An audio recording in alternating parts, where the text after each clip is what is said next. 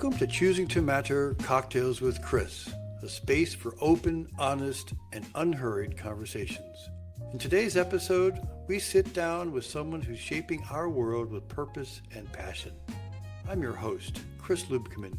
Join me as we explore how our guest has chosen and chooses to matter. Dear listeners, for today's conversation, I am joined by the indomitable Sarah Gerber Howard, Managing Director of the Global Philanthropy Forum and co-host of the Track 2 podcast. We've invited Sarah to share her journey as an experienced connector across philanthropy, media, and global development, crafting spaces where trust, storytelling, and systems thinking converge to enable long-term change. So welcome, Sarah. Thanks so much, Chris. I'm excited to be here. It's great to see you. Where in the world are you right now? At this moment, I'm in Midtown Manhattan. Great. Okay. In Midtown Manhattan. So, Sarah, if you were walking on the street down Midtown Manhattan and somebody stopped you and said, Sarah Howard, who are you? What are you doing right now? What would be your two sentences? Oh, 2 sentences. Give me Wow. that short one. I mean, that's about as much time as New Yorkers have. So Exactly. right. That's why I said, New York, if you'd said if you were in Italy, you'd have like a half an hour, but here you go. Right. Yeah. Got it. Okay. The 2 sentence version. Let's see. The 2 sentences of what I'm doing right now is I am focused on directing the risk capital that we have as a society via philanthropy into ushering the next version of our world as we go through the fifth industrial revolution and see radical systems change across every sector and vector of the life we live, and hopefully make that world as best as it can be for all. So for humanity, that philanthropy is meant to do. That's fantastic. So just a question, risk capital. What is risk capital? You consciously said risk capital. Yes, to encourage more risk taking in philanthropy. If we look across the capital, different types of capital, philanthropy is society's risk capital. It can take risks for the greater good. It doesn't always do that, and there's lots of ways in which you can and cannot do that, but essentially it is what we can use to take risks in order to have outsized returns and impact for society. Okay, that's great. Thanks for the explanation. So as you know, the subtitle of our podcast is Cocktails with Chris, and you have suggested a favorite cocktail, which I also have here, which is a martini. Now, I didn't quite check out whether it's a vodka or a gin martini. I have a gin martini. Are you a vodka or a gin martini person? Well, the Vesper martini is both. And so that's what I go for. But I am more of a gin person, so I would generally go for a gin martini. Okay, so over a the vodka Vesper martini, that came from that sounded like you know a lot about the Vesper martini. Well, it feels like the responsible thing to do to know about the drink that you prefer. So yes, Vesper martini is my preferred drink. It's the James Bond martini. Let us toast. Cheers. Cheers.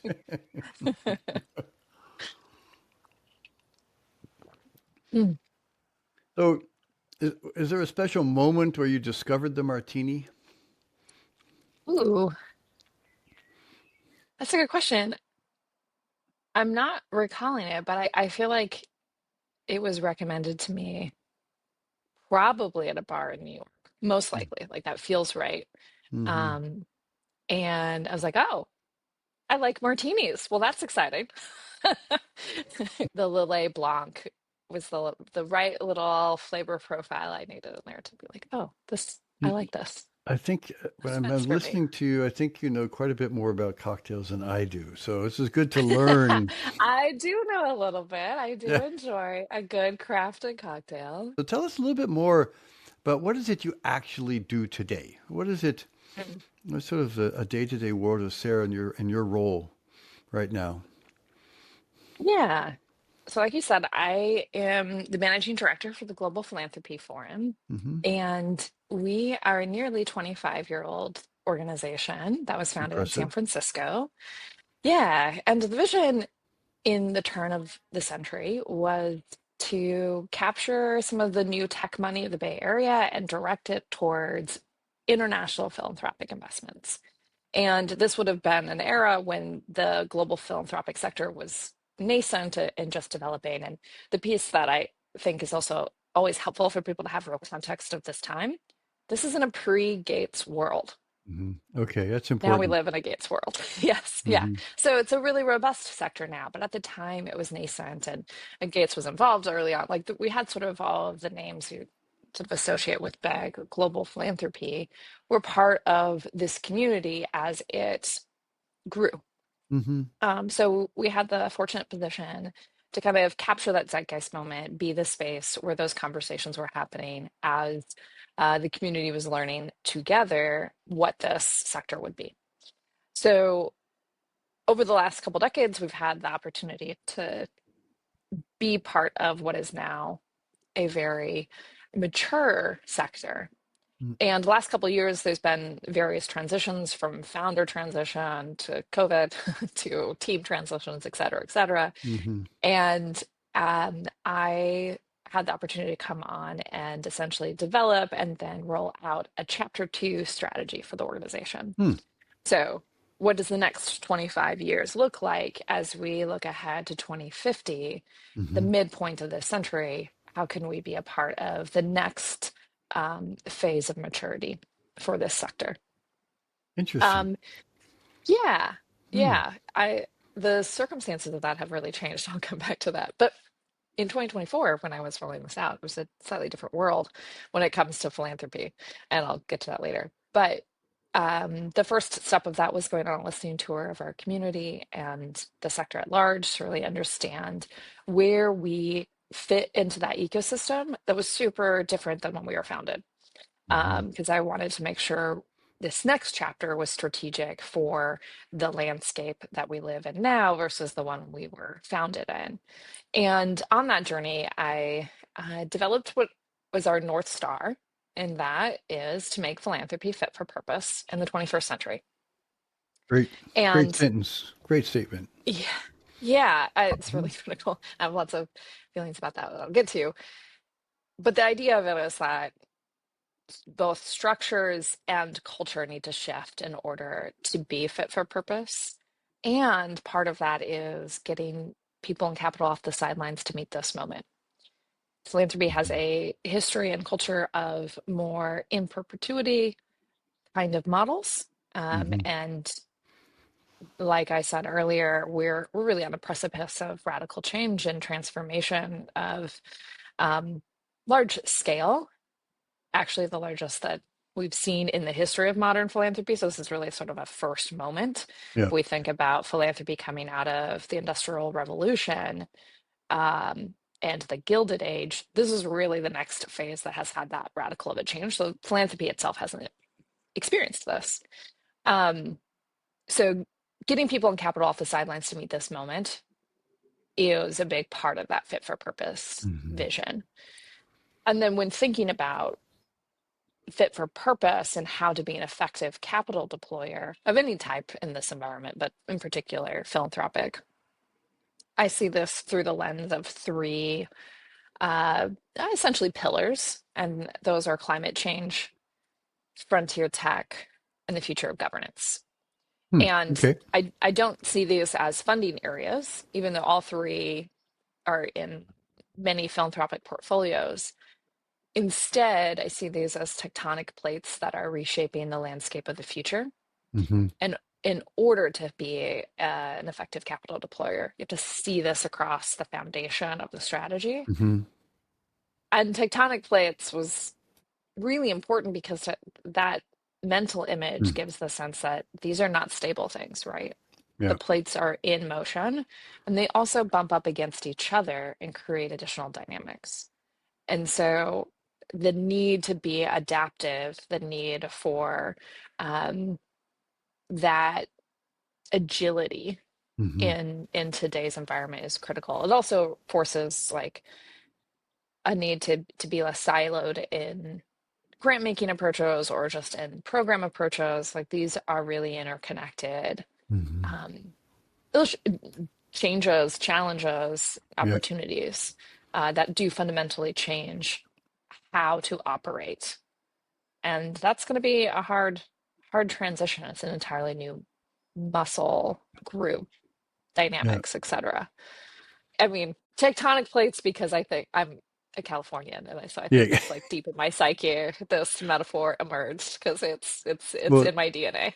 I appreciate that also as one of my degrees is geology. So I have an Mm, instant empathy to this. And I'm thinking of how plates, one pushing down underneath each other, yes. and you create upwelling and you have earthquakes, but you also have little hot spots. And so it's a beautiful metaphor to carry.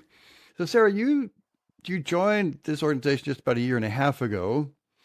And then with, I guess, a Yes. mandate actually to bring it up to be relevant and fit for purpose for this new iteration, which is a beautiful mandate. And Mm. what were you doing before that? Yeah. So before that, I had a largely entrepreneurial path in Hmm. media and communications, doing a lot of global human interest stories that really took me all over the world. And I look back now and talk about that as essentially my field work. I didn't Hmm. produce reports or get a PhD. I produced films. Hmm. But Exactly. what was really the work that I was doing there is a kind of observation of the human condition and the Yep. way that societies are built and structured, and looking at globally traded commodities and how that works across different countries. And so that landscape really built the foundation for how I do this work now. I also have Hmm. not left that work. I wear multiple hats. So the Okay. film work continues. I have a short documentary series that's actively in production right now, that is about small island states and their Okay. outsized impact for climate action on the global stage. So I've Interesting. been going around to film different islands and really particular stories about how they fit into the landscape of climate action. That's fantastic. Thank you Mm, for that because, in a way, your travels, as you said, your field work was really giving you also content with which you could speak with these mhm, family offices. I'm assuming mhm. because Yes. they live potentially in a different world, in a different bubble, and so Mhm, you could translate as mhm. well and help Yeah, understand urgency. absolutely. Yeah, no, I feel fortunate to have the experience of practitioners and organizations that are on the front lines, Hmm. um, and the real sort of place-based visceral experience of that. Hmm. That can help, like you said, bridge the gap, but also make things come alive, because it's Yeah. really easy to think conceptually something should work this way. And it doesn't, because the reality on the ground is different. And how Yeah. you reconcile those differences Hmm. is, how you get anything done. Yeah. And that's hard to do without actually being there. Yeah. So, Sarah, do you think was it fate or do you think it was Mm. design which brought you to this role 18 months ago? Right. If we're gonna go here, this is gonna be a pretty significant story because it's Okay. definitely fate. Um, Yeah, I've been in a recent discovery and process of connecting with some of my family history and Hmm. stories. Yep. Um, and it's been a really fun and serendipitous journey. Yep. So the first day that I started at this role, I came on and realized, or was told, that we were merging with another organization in San Francisco called the Commonwealth Club. Hmm. And Uh, it's the oldest and longest running um, civil discourse organization in the United yep. States. It's a great Founded in organization. Yeah. Great organization. Yeah, yeah, founded in 1903, and my great great grandfather was the founding president.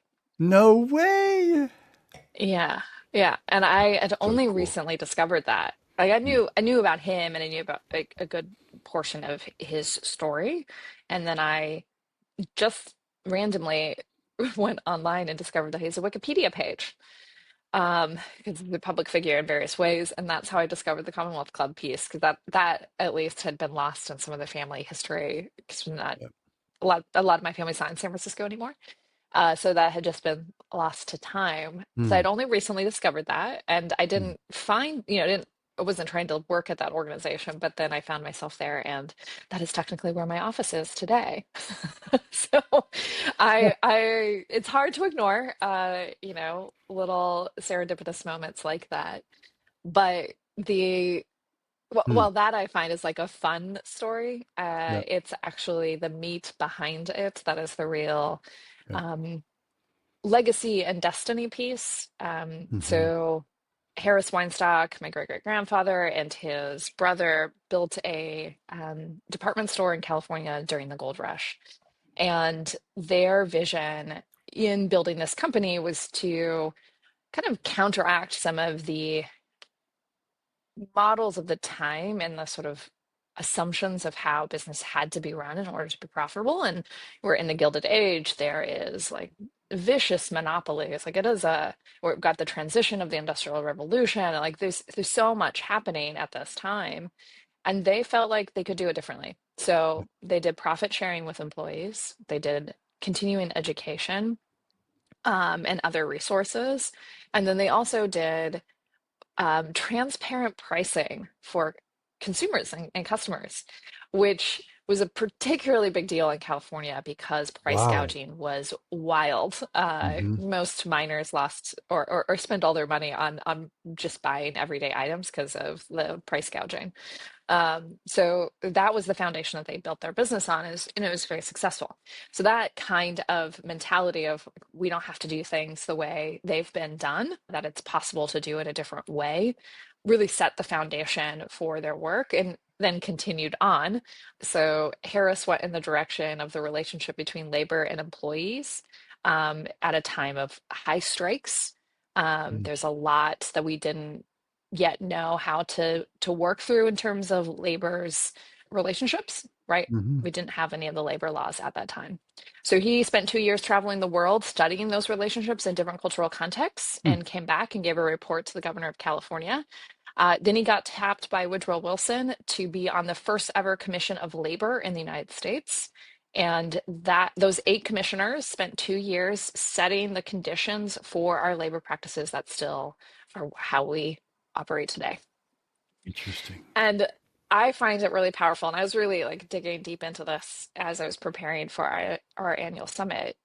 I find it really powerful because there was a lot at that time that was not predetermined. And this was a Hmm. lot of questions that were really challenging Hmm. of, you know, we had child labor at the time. We did not have an 8-hour work week. We didn't have a like even a 6-day work week. Like there were so few protections Yeah. for labor, and that seemed like something that was not possible.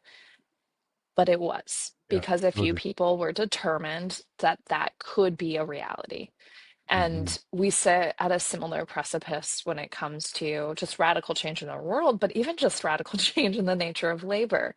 Yeah. Like labor is radically changing, and we Yeah. know it's coming. It's making everyone really uncomfortable because Yeah. it's hard to anticipate. And there's, I think, a Yeah. lot of narrative of like, it's just going to get worse. And I really lean into this story because of the tangible example of what it looks like when people are determined to have a different outcome. Right. And that I think is the kind of legacy and work that philanthropy can do because it is Yeah. for the love of humanity, it is looking Yeah. for the interests and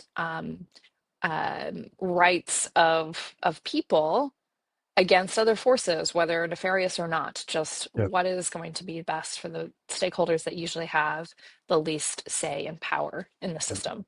I think it was designed, it was genetic design and somehow, and the Mhm, world bringing you back mhm. in touch with your heritage and the focus on, as you just said, how can we make the best version of ourselves was what you're ancestor tried to do. That's quite Yeah. beautiful. It's a beautiful circle there. I really like Hmm. that a lot.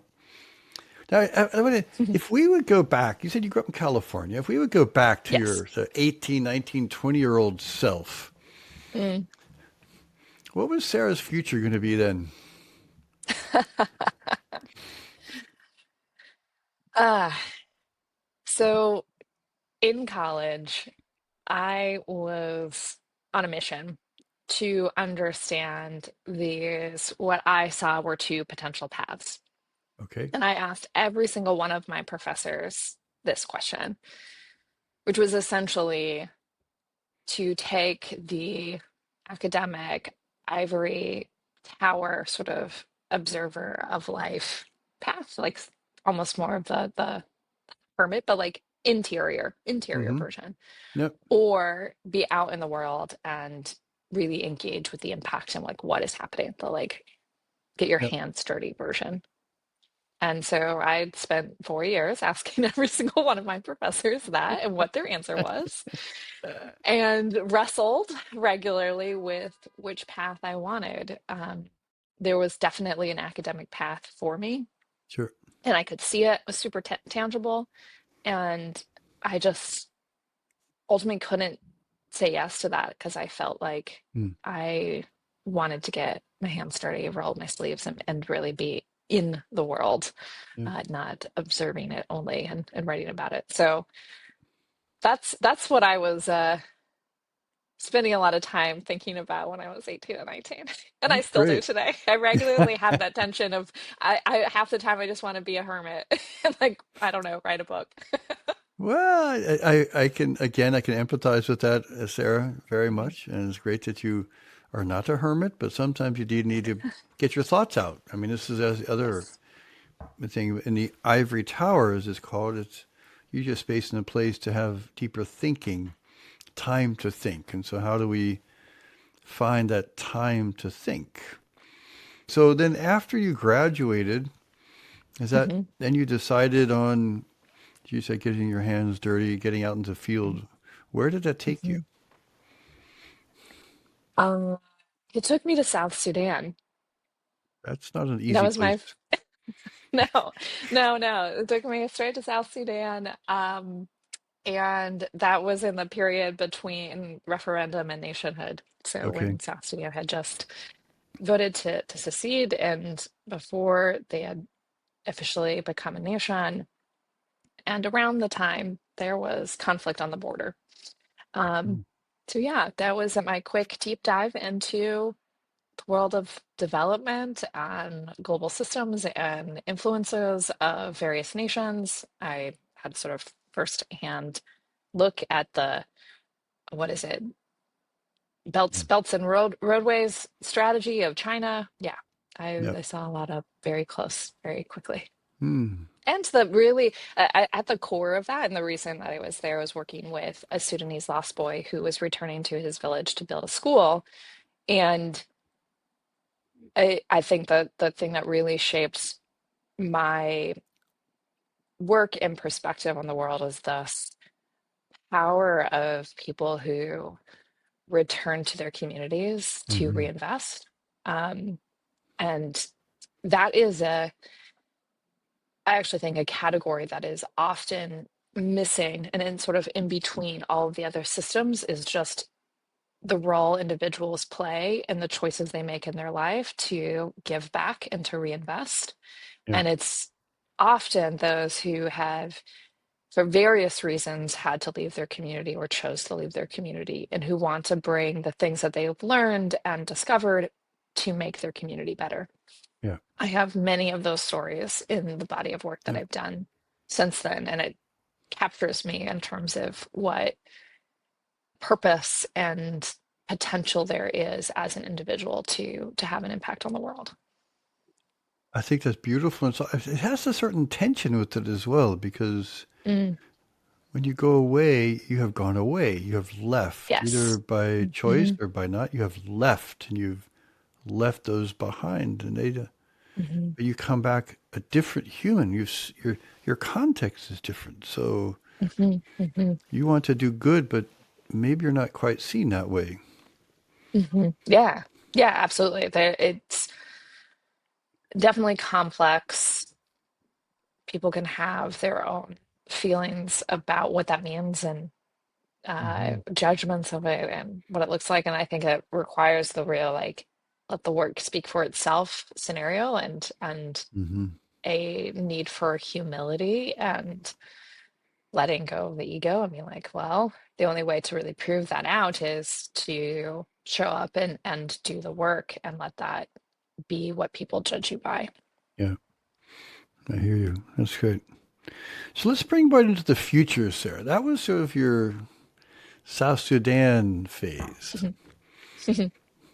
Now, if you look to the future, I mean, like out 2040, 2050, poof, what excites you about the future?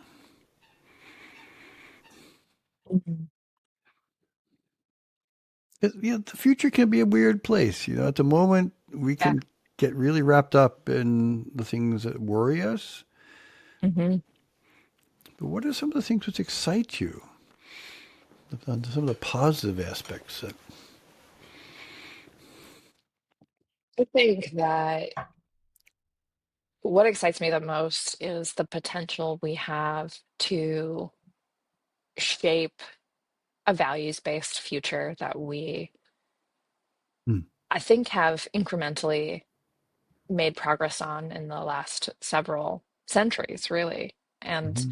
in the same way we're seeing exponential change of technology, I think there's Hmm. potential for exponential change of what kind of value system we operate in. And the forces against that are quite strong, but I think the forces for it are also strong because of the radical change. Like when things move really, really quickly and the table is set rapidly, emergence has more Hmm. opportunity. Hmm. Um, it requires a real intentional engagement and clear vision of what that looks like. But I Yeah. think there's this like window of opportunity Hmm. for exponential change or leapfrogging that can happen in those sort of windows. Yeah. This, of course, gets back to the work that I'm doing and why I think it's important. Hmm. But in terms of what gets me excited is the potential to shift understandings of value. Like Hmm. what is valuable in the world and how do we assign value to it, which Yeah. has been really dominated by very narrow understandings of value, right? We Yeah. live in a capitalist world that has a single source value system, and we made that. Yep. That was entirely human design constructed. We continue to make that system work Yep. every day by the Yep. choices we make, by believing that this is the system that we want. Yep. And that just means that we can do something that's designed entirely differently. Yep. It won't just happen. It's not like a default future, but it is a possible future. Sure. And I think that there's so many different pieces and forces that are working towards that kind of path, whether you're looking at the mental health crisis and the loneliness epidemic and how those pieces fit into a world in which our value systems is off and it's creating Hmm. these things that are not good for us or things that we want and like Yep. force this rethinking of what does make you happy. Yeah. What does set the conditions Yeah. for a good life. And I think we ceded so much ground on things that were false Hmm. narratives of happiness and Yep. false narratives of growth and Yep. lots of things that just have turned out to not be, I think, ultimately what people really want when they Yeah. stop and think about it. So if we Mm, stay with that for just a moment, we can think about this idea of the transformation that's required to a new value system or an altered value mhm, system. You've traveled a lot and you've done many, many things already in your short life. mhm. And where have you seen this sort of transformed value system, or where you would say, "Hey, that's a place, that's an example, an exemplar that we could look at as aspirational, or we could definitely learn from that place." Does something come to mind with that? So one of the big impressions on me was the time that I spent in a rural community in Honduras, in the mountains on the border with El Salvador. And it was a really beautiful small community. And I think what really stuck out to me was that there's really short, sort of lazy and shorthand explanations of what is wealth and what is poverty. Hmm. And particularly when looking at the world and what people have and don't have. And this community would, potentially be considered poor. I don't actually know if that's accurate, and I feel uncomfortable even saying it because I don't believe it. But I think maybe on some Hmm. indexes developed by, I don't know, the World Bank or something, that's probably true. What I saw was like their lives would not be enriched by having the things that I have in the United States. It's like, I don't think that makes it better. In Hmm. fact, it's really beautiful as it is, Yeah. both from my community perspective, from like what does the day-to-day life look like all of these things. I was like, I don't see a lot of upside Yeah. from wealth, except for two things that matter: access to great, better healthcare and access to better education. Yeah. Like those are absolutely true, but that is not a material possession Right. increase. It's how you define wealth. I mean, this is what you were kind of alluding to with your uncomfortableness, was talking about, is this community poor or are they wealthy? Yeah. What is wealth? Hmm. Wealth is Hmm. having good connectivity. Wealth is having good health. Wealth is having access to nature, and things like this. So it's Hmm. very interesting Hmm. how we do that. And I think one of the things as wealth is where you can have places to go to be inspired, or people or places Mm. that inspire you. So where does Sarah Howard go for inspiration? Mm. The two spaces that inspire me the most. Well, I love traveling. That definitely inspires me. But within that, nature for sure. Mm-hmm. I'm fortunate enough to live in a place where nature is very accessible. One of my regular spots back in California is Redwoods walking path. That's about twelve minutes from my house. So I love going there. And then museums.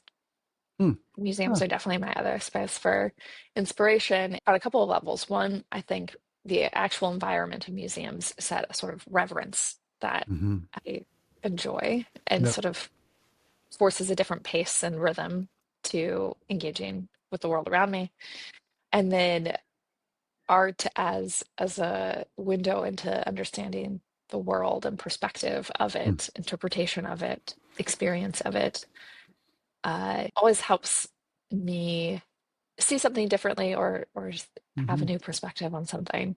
Mm-hmm. Um, and I am an artist at heart. My degree is in fine arts. I did all of those things. It was another way I was like, well, Yeah. I could just engage in the world through this form, but I don't think it's meant for me, so I'm not going Yeah. to. But it is more of like a viewpoint in which to see the Yeah. world through. But it's sort of because art is always about interpretation, and how you Mhm. interpretation and expression, how you interpret your own feelings, other things, and how you express those. And so maybe that's also comes out in your work, even in your Absolutely. in between and even now. Hmm. I think that's Hmm.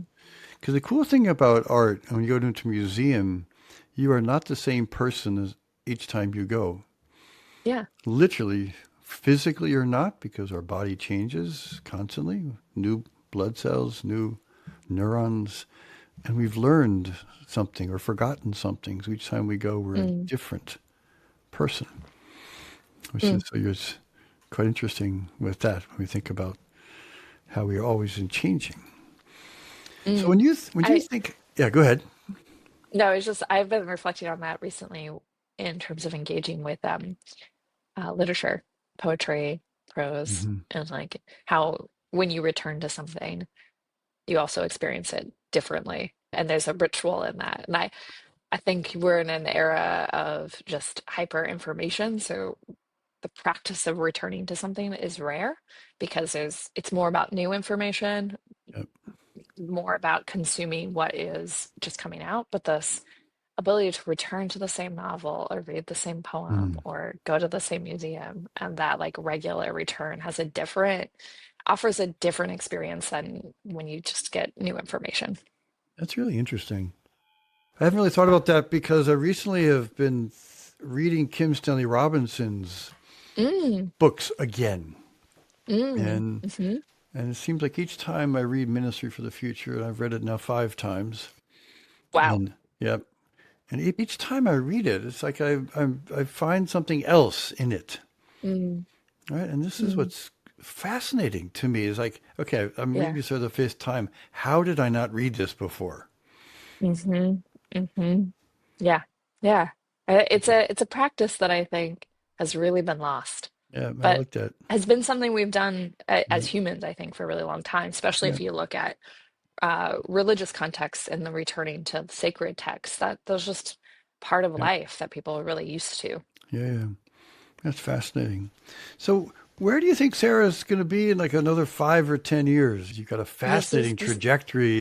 Well, I think per my storytelling so far, I have been really guided, I think largely by by some sort of form of destiny, because I don't chart my path so much that way as really dig Yeah, into what is interesting to me or what has I just find myself in places where I'm like, well, what am I meant to do here?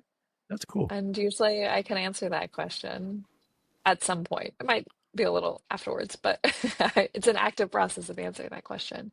And I think right now I am in that process of thinking a bit more about what the Hmm. 5 year version is.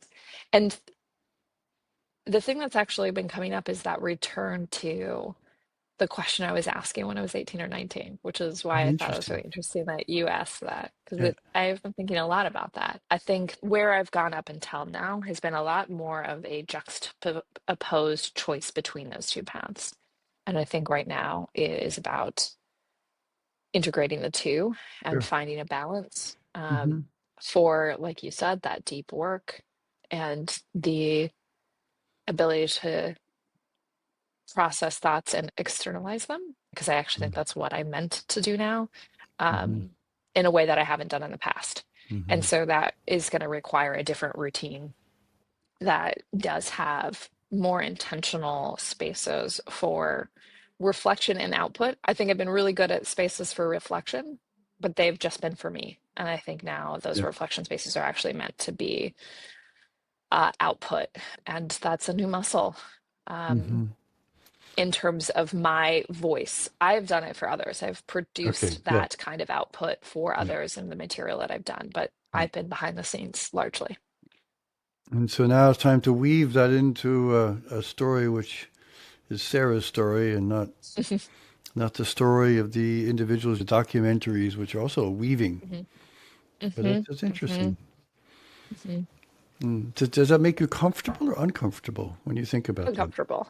Uncomfortable, yeah. Definitely uncomfortable Hmm. in a way that I know is the right path, as Yeah. annoying as that can be. Yeah. Well, I think you'll have many friends who around the world who would help you on that journey too, which is Mm, mm, quite important to have as we it's true. walk on that path, right? Is the importance of having Mm, those support structures you can lead to and lean into and help mm, and ask. mm, So Sarah, is there mm. something I should have asked you about which I didn't ask you about yet in the Mm. story of Sarah Howard? I don't think so. I mean, maybe as just like a fun piece, if we're connecting the dots of geography and particularly family history, my family has ties to Switzerland, which I only recently discovered. And Ah. that is another space that has been guiding this cycle. What am I doing? But a lot of this is about people who have forged their own path and Hmm. become immigrants in order to create a new future. And so I've been leaning more into what those stories look like and how the places that they've come from have influenced how I see the world. And so Switzerland is one of them. And I only Excellent. Well, discovered this after going to Switzerland for many, many years and having no idea. I was quite as Swiss as I actually am. well, I'm sure the Swiss will welcome you, Sarah. And I can very happy to see that happen and help Mm, you with that. I think, one thing that's always been interesting to me, Sarah, is your passion for bringing people together and is observing mm, how you, to me, you're a weaver. This is what you do. yeah. You've been weaving individuals, and now with your role today, it's also weaving to helping others Hmm. Hmm. understand their role in this big carpet of life, if you will, and Mm, how that can be, and the patterns which you mm, see that others might not see. yeah. And I think Yeah. that's a very powerful skill and a Mm, talent, which is a beautiful to observe. So I think mm. that's quite like fun. Thank you for So that. I'm glad you said that because I think that was missing in everything we explored. mm, I do deeply enjoy and am passionate about bringing people together and mhm, what happens in that collective yeah, experience space. yeah, Yes, yes. And that is different than the storytelling or yeah, the content part or all of that. There is a different layer when we get to yeah, experience ideas in community. Um, and I I think a lot about that. yeah. And it shows in your work too. Mm, mm. So if someone who's listening wants to learn a little bit more about you and the work which you're Yeah. doing, where do they go? Yes. So there's a couple of places since we've Okay. mentioned a couple of my hats, Yeah. but Beautiful. primarily it's the my work with the Global Philanthropy Forum, which you can find at philanthropyforum.org. Hmm. Um, my film series is Climate Blueprint, Great. and you can find that also Googling Climate Blueprint's the easiest way to find that. Um, and those three films are on Dominica, Barbados, and Vanuatu, so other keywords. They're all Great. going to be released by the end of the year. And then, since we're on a podcast and talking about podcasts, my podcast is Track Two. We explore the people that set the conditions for successful diplomacy. I love that work. There's a great set of several seasons of interviews on there with the kind of people that are tangibly making an impact on the world. So yeah, those are the three spots. That's wonderful, Sarah. Thank you for sharing that. And I do hope our listeners will go and visit those, all three of them, Mm, because there are different aspects of you which mm, wrap into a whole. And so a big, big, big thank you for joining us mm. today, for sharing a bit of your story with me and our listeners. And I like, how about a toast to our collective future? Toast to our collective future. Ding. Cheers. Thank you, Chris. This has been such a delight, as Thank it you, has Sarah. always been in my conversations with you. So this has been lovely. Thank you very much. Thank you so much for listening today. It's really been a pleasure to share this story with you. And I look forward to seeing you again soon and meeting our next guest. And as always, do something today that makes a difference in somebody's life. Choose to matter.